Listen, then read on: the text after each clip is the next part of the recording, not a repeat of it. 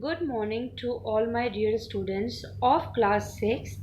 Today I am here to explain you the chapter number 1 of the subject Social Studies, part Geography. So let's begin with the explanation now. The name of the chapter is Planet Earth in the Solar System. Name of the chapter क्या है? Planet Earth in the Solar System. In this chapter बेटा I have underlined some difficult words. In difficult words को explanation के साथ आप लोग भी underline करते जाएंगे, ठीक है? So let's begin with the reading. The heavenly bodies. When we look up at the sky, we see the sun during the day and uncountable stars and moon at night. All the objects in the sky are called heavenly bodies or celestial bodies. ये कह रहा है जब हम ऊपर आसमान की तरफ देखते हैं तो दोपहर के समय पे हम क्या देखते हैं? We see the sun. हम सूरज को देखते हैं और रात के समय पे हम अनकाउंटेबल स्टार्स और चांद देखते हैं रात में, ठीक है? तो आसमान में मौजूद जितने भी ऑब्जेक्ट्स हैं उन्हें हम कहते हैं हेवनली बॉडीज या celestial bodies. The sun, the stars, the planets and the moon are heavenly bodies. There are many other heavenly bodies which we cannot see with naked eyes because they are very far from us. ये कह रहा है कि सन, stars, सन, moon, इन सब के अलावा भी बहुत सारी हेवनली बॉडीज ऊपर आसमान में हैं जो हम ऐसे नहीं देख सकते, ठीक है? क्यों? क्योंकि वो हमसे बहुत दूर है, बहुत फार है. उसको देखने के लिए हमें टेलीस्कोप की जरूरत पड़ेगी, ठीक है? All the heavenly bodies are spread over a very vast space. Vast मतलब होता है huge, big. The space is so vast that we can not imagine its size. All the space with all the heavenly bodies is called the universe. ये क्या कह रहा है? सारी heavenly bodies पूरे ऊपर स्पेस में फैली हुई है जो कि बहुत ही बड़ा है, बहुत ही ह्यूज है. The space is so vast कि हम उसके साइज को इमेजिन ही नहीं कर सकते. All the space with all the heavenly bodies is called the universe. Universe क्या होता है? स्पेस, पूरी स्पेस और सारी हेवनली बॉडीज मिलके क्या बनती हैं? यूनिवर्स, ठीक है? Today with the help of many powerful telescopes we know great many things about the heavenly bodies. आज के समय पे हम टेलीस्कोप्स की मदद से बहुत सारी हेवनली बॉडीज को देख सकते हैं और उनकी जानकारी को प्राप्त कर सकते हैं. Our Earth is the fifth largest planet. हमारी planet Earth क्या है? Fifth largest planet. In the space age, it has been possible to see the Earth or take its photographs from space. The earth is flattened. Flattened मतलब plane, सीधा. At the poles. Poles क्या होता है? देखिए मैं आपको समझाती हूँ. किसी भी मैप में, चाहे वो वर्ल्ड का मैप हो चाहे वो इंडिया का मैप हो, अब यहाँ पे हम अर्थ की बात कर रहे हैं तो अर्थ मतलब पूरा वर्ल्ड, ठीक है?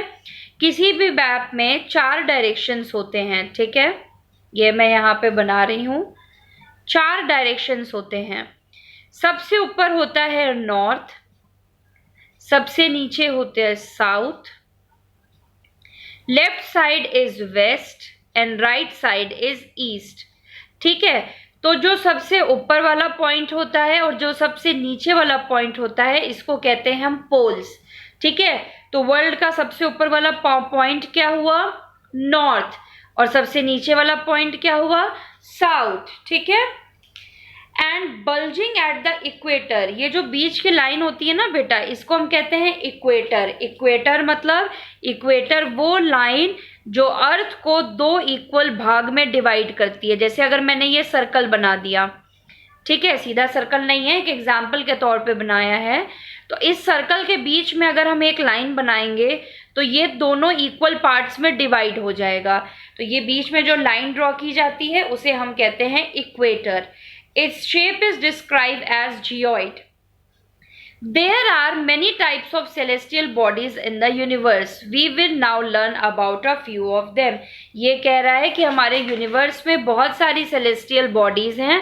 अब हम इस चैप्टर में आगे उनके बारे में पढ़ेंगे. सबसे पहला है the stars. Stars are the only self-luminous bodies.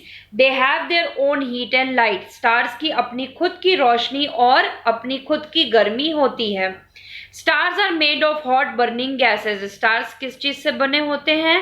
Hot और burning gases से. They are actually very big in size, but being very far from us, they look small and tiny like just dots in the sky. ये कह रहा है कि stars जो हैं वो साइज में बहुत ही बड़े होते हैं, लेकिन वो हमसे इतने दूर हैं कि वो हमको आसमान में छोटे दिखाई देते हैं, जैसे एक डॉट के बराबर, एक बिंदु के बराबर. ठीक है. Our sun is also a star. It appears larger and brighter as compared to other stars because it is much nearer to the sun. ये कह रहा है कि हमारा सन भी एक स्टार की कैटेगरी है. वो इतना बड़ा हमें इसलिए दिखता है क्योंकि एक तो उसकी रोशनी बहुत तेज है और दूसरा ये स्टार सबसे करीब है हमारी अर्थ के. ठीक है. As stars are very far from us, the light from the stars passes through different layers of the atmosphere with varying densities. Varying का मतलब होता है different, अलग. As a result, stars seem to be twinkling. Twinkling मतलब चमकते हुए सितारे. ठीक है. The distances in space are extremely vast. Extremely मतलब बहुत huge, बहुत बड़ी. स्पेस में जो डिस्टेंस है वो एक दूसरे से बहुत दूर दूर है. And cannot be measured in kilometers or miles. इतना स्पेस, इतना डिस्टेंस है कि वो किलोमीटर्स और माइल्स में भी मेजर नहीं किया जा सकता. We express this great distance in terms of light years. The distance that light travels in a year is called a light year. एक लाइट जो एक साल में ट्रैवल करती है जितने डिस्टेंस, उसको हम क्या कहते हैं? Light year. Light travels as a tremendous speed, यानी कि बहुत high speed of about 3 lakh kilometres per second. Light जो है एक सेकेंड में 3 लाख किलोमीटर्स दूर चली जाती है. There are some stars which are so far off that it may take millions of years for their light to reach us, while the light from our own sun reaches us in about 8 minutes. ये कह रहा है कि कुछ सितारे, कुछ stars हमसे इतने दूर हैं कि उसकी लाइट हम तक पहुंचने में मिलियंस ऑफ ईयर्स लग जाएंगे, लेकिन जो सन है उसकी लाइट पहुंचने में हम तक सिर्फ 8 मिनट लगता है. क्यों? क्योंकि सन हमारी अर्थ के सबसे करीब है. The light of Proxima Centauri, the nearest star to our sun, reaches us in 4 years.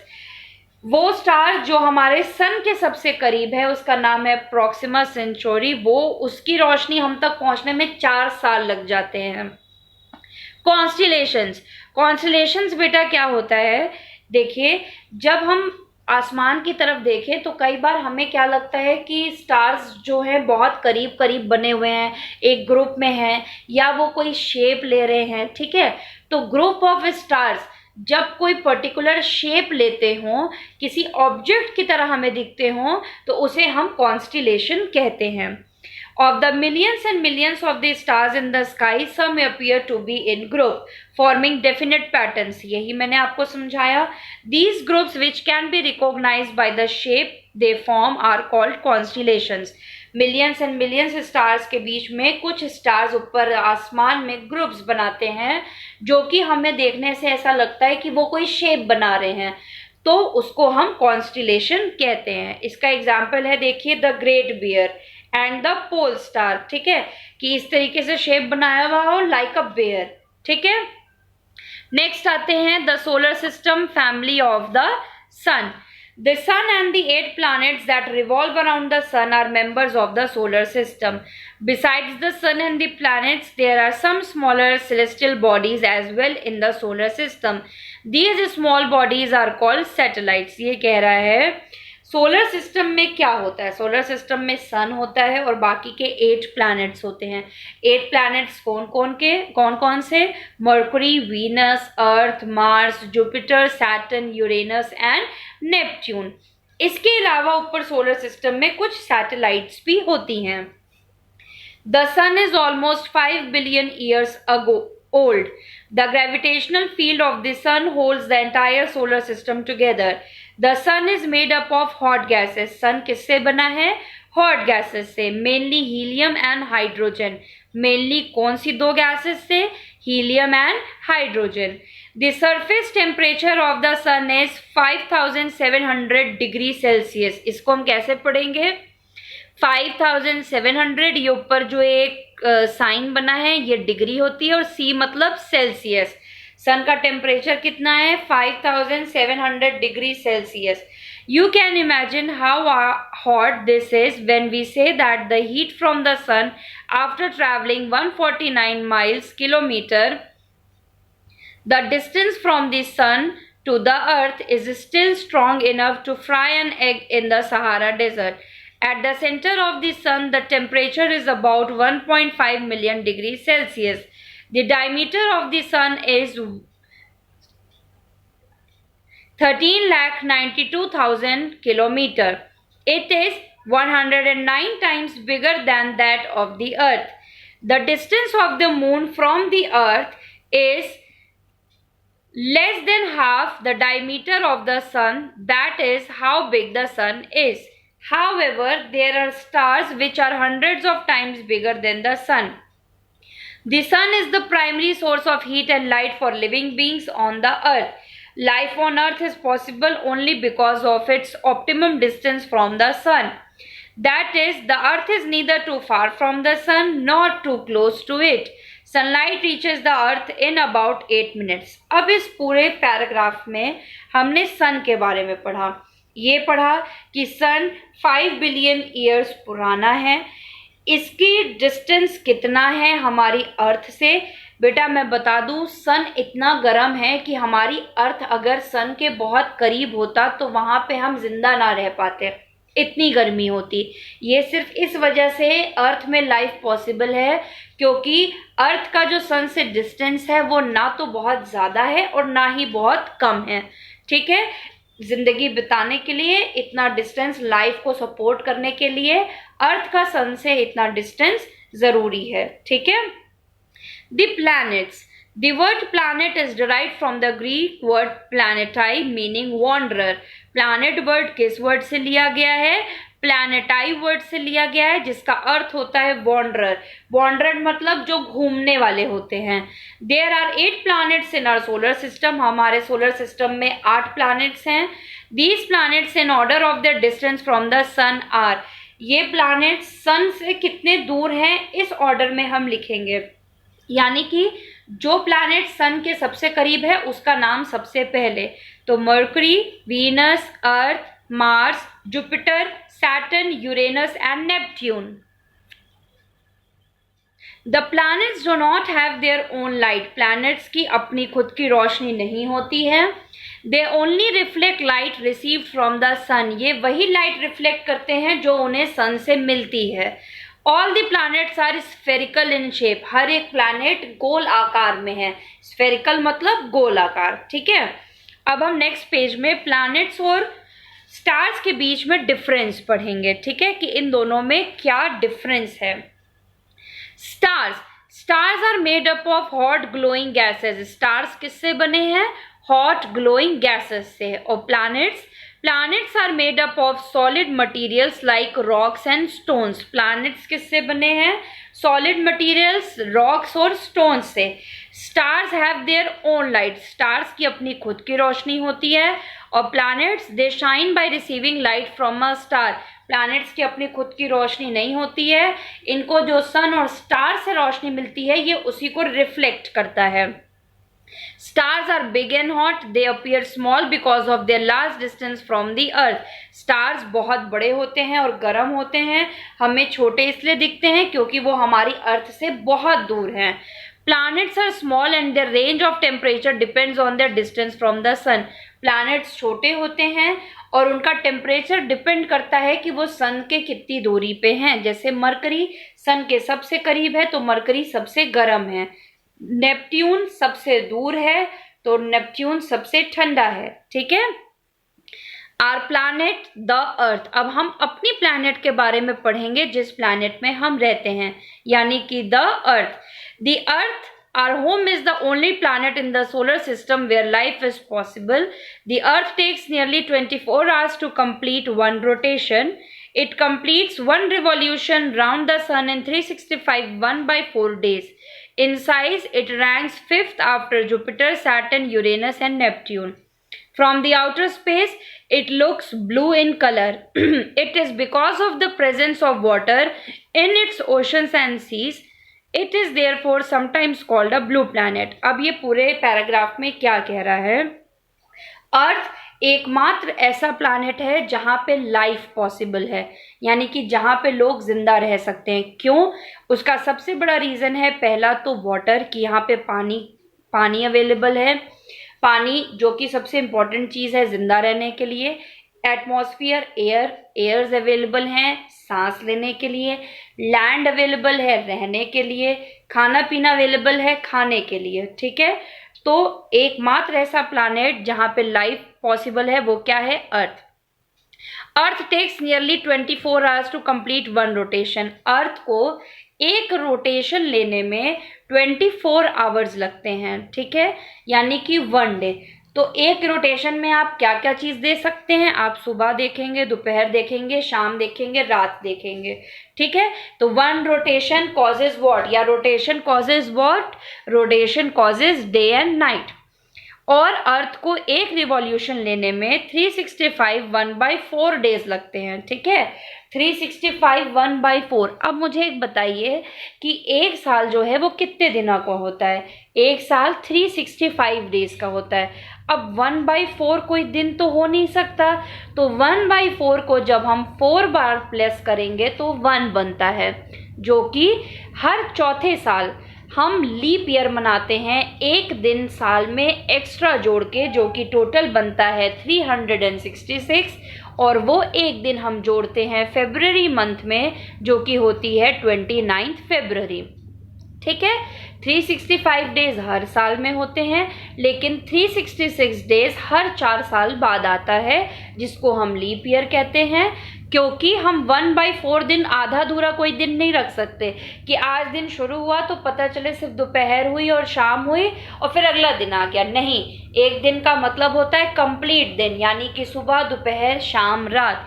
तो अर्थ एक रोटेशन कितने टाइम में लेती है? 24 hours, which causes day and night.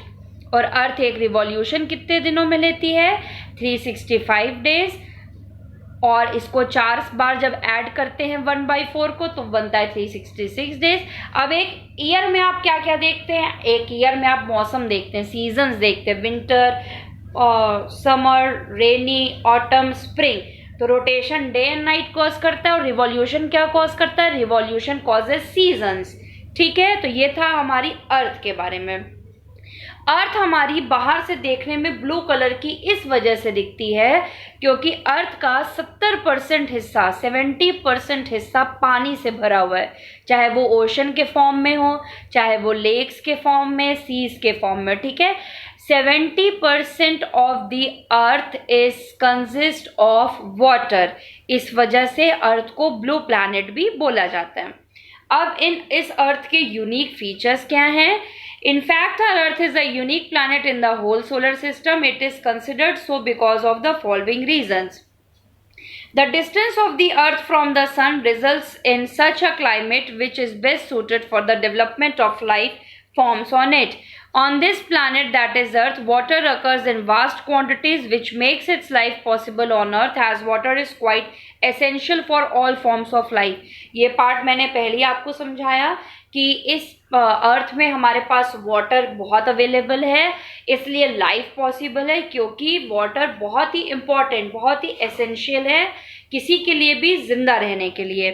It's atmosphere is rich in oxygen that makes life possible on this planet. ये भी मैंने समझाया कि यहाँ के एटमॉस्फेयर में जो ऑक्सीजन अवेलेबल है, जिसकी वजह से हम सांस ले सकते हैं। ठीक है, its atmosphere acts as a large cover to protect its surface from extreme cold and extreme heat. The ozone layer protects us from harmful sun rays. ये कह रहा है कि यहाँ का जो एटमॉस्फेयर है वो एक ब्लैंकेट की तरह काम करता है, हमें प्रोटेक्ट करने में डायरेक्ट सन रेज से आपकी स्किन डैमेज हो सकती है। ठीक है, या अल्ट्रा वायलेट रेज से। The earth is neither too hot like Mercury nor too cold like Neptune. ये मैंने आपको समझाया, मरकरी सबसे गर्म क्यों, क्योंकि सन के सबसे पास है। नेपट्यून सबसे ठंडा क्यों, क्योंकि सन के सबसे दूर है। अर्थ क्या है, ना बहुत ठंडा ना बहुत गर्म। Its mean temperature is about 15 degrees Celsius, which is quite suitable for all the development of the life. Satellites, बेटा satellites क्या होते हैं? Satellites कुछ नेचुरल होते हैं, कुछ मैन मेड होते हैं। सैटेलाइट्स की मदद से ही हम टेलीफोन यूज़ कर पाते हैं, मोबाइल यूज़ कर पाते हैं, टीवी चैनल्स देख पाते हैं, क्योंकि वहाँ से एक डायरेक्ट कनेक्शन बनता है। ठीक है, तो इसको समझने की और ज़्यादा ज़रूरत नहीं है। सैटेलाइट्स कुछ मैन मेड्स होते हैं और कुछ नेचुरल होते हैं। कुछ एग्जाम्पल हैं इसके, जैसे गैनामेड, ट्रिटोन एक्सेट्रा। मून, हम सबको पता है मून क्या है, मून यानी कि चांद। The moon is a satellite of the earth. Moon क्या है, अर्थ की एक सैटेलाइट है जो कि नेचुरल है, जिसको किसी मैन ने नहीं बनाया है। It is our fourth, it is 1/4 the size of our earth, and it is at a distance of about 3,84,000 kilometers from the earth. It has no light of its own, it reflects the light of the sun. Moon जो है वो अर्थ से कितना दूर है, 3,84,000 kilometres. इसकी अपनी खुद की कोई लाइट नहीं होती, ये दोपहर में जो सन होता है उसी की लाइट को रिफ्लेक्ट करता है। ठीक है, मून के बहुत सारे फेजेस होते हैं। आप भी देखिए, कभी हमें पूरा चांद दिखता है, कभी आधा चांद दिखता है, कभी एक छोटी सी लाइन दिखती है। ठीक है, अलग अलग फेजेस होते हैं मून के। तो ये था मून के बारे में। इसके अलावा बेटा कुछ और सेलेस्टियल बॉडीज जो आसमान में दिखती हैं वो हैं एस्टेरॉइड्स, मीटियोर्स एंड कॉमेट्स। कुछ और जो सैटेलाइट्स, प्लैनेट्स, सन और मून के अलावा जो हमें चीज़ें दिखती हैं वो क्या है, एस्टेरॉइड्स, मीटियोर्स एंड कॉमेट्स। ठीक है, universe and galaxy. The stars are scattered in the vast space. Stars हमारे जो है स्कैटर्ड यानी कि फैले हुए हैं बड़ी सी जगह में। They have a tendency to stay in clusters due to gravitational attraction. Each cluster of millions of stars is called a galaxy. मैं आपको बता दूं, जहां पे बहुत सारे स्टार्स हों उसको हम कहते हैं गैलेक्सी। ठीक है, अब जहां पे बहुत सारे स्टार्स का एक ग्रुप हो तो वो गैलेक्सी बन गई, कम स्टार्स का ग्रुप हो तो वो कॉन्स्टेलेशन होता है। हम जिस गैलेक्सी में रहते हैं उसका नाम है मिल्की वे, जिसको हिंदी में बोलते हैं आकाशगंगा। Our solar system is at the edge of a galaxy called Milky Way. जिस गैलेक्सी में हम रहते हैं उसका क्या नाम है, मिल्की वे यानी कि आकाश गंगा। ठीक है, हम रहते हैं मतलब हमारा सोलर सिस्टम जहाँ पे है। ठीक है, दैट्स ऑल बेटा। I have explained all the important topics of this chapter very carefully to you. इस चैप्टर की एक्सरसाइजेज एंड क्वेश्चन आंसर्स आपको ऑलरेडी दिए जा चुके हैं। As a homework you have to find the meaning of the underlined words and write it in the book itself, not in the copy. Okay, thank you very much.